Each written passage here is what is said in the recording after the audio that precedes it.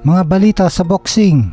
Update naman kay Janriel Casimero. Ito nga mga lods, tungkol sa comment ni Memo Heredia na dating strength and conditioning coach ni Cuadro Alas dun sa post ni Sean Gibbons kung saan nagsasayaw ang Casimero Brothers, na ang comment nga ni Memo Heredia na pinakasayang daw sa kanyang panahon at kanyang pera ay ang makipagtrabaho kay Casimero. Binigyan daw niya si Casimero ng 3 pinakamahusay na panalo, pero sinira pa rin daw ang karera dahil sa pagsama sa kanyang bobo at retarded na kapatid na si Jason Casimero. Ibig sabihin mga lods, gumastos pala itong si Memo Heredia ng pera para trainingin si Casimero. At matapang din talaga itong si Memo Heredia. Prangka, tinawag na retarded ang kapatid ni Casimero na si Jason, at siya daw ang sumira sa karera ni Janriel Cuadro Alas Casimero. Kaya hindi lang pala si Sean Gibbons ang may galit kay Janriel Casimero, kundi pati na rin ang kanyang strength and conditioning coach na si Memo Heredia. At sa comment na ito ni Memo Heredia ay sinagot naman ito ni Cuadro Alas. Sabi ni Cuadro Alas, Memo, ang dami mong hawak ng mga Pilipino boxer. Nagtagumpay ba? Lumakas ba? FU.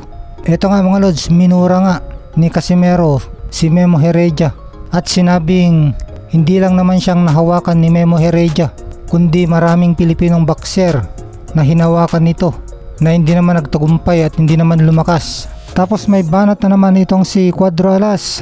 Nagpost siya ng video kung saan ninakaut niya ang kanyang kalaban at sinabi na ang laban na ito ay walang memo ito, pero ninakaut pa rin niya ang kanyang kalaban. Kaya wag daw ipagyabang ni Memo na siya ang nagpalakas sa kanya. Kahit ilang memo pa daw ang nakapaligid sa isang boxer, kung mahina talaga yan, mahina yan. May mga nagsasabi naman na kung nanatili lang si Casimero kay Sean Gibbons ay sikat na daw sana ngayon si Cuadro Alas. Sagot naman ni Cuadro Alas, mas pipiliin daw niya ang pera kaysa kasikatan. Kasi aanhin mo daw ang kasikatan kung wala ka namang pera. Sabay tawa si Cuadro Alas.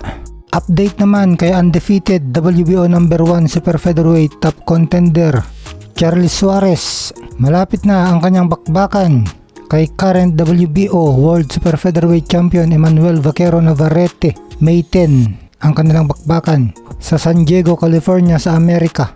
Ayon sa trainer ni Charlie Suarez, nahanda na daw silang pahirapan ng kampiyon na si Emmanuel Varete sa kanilang laban.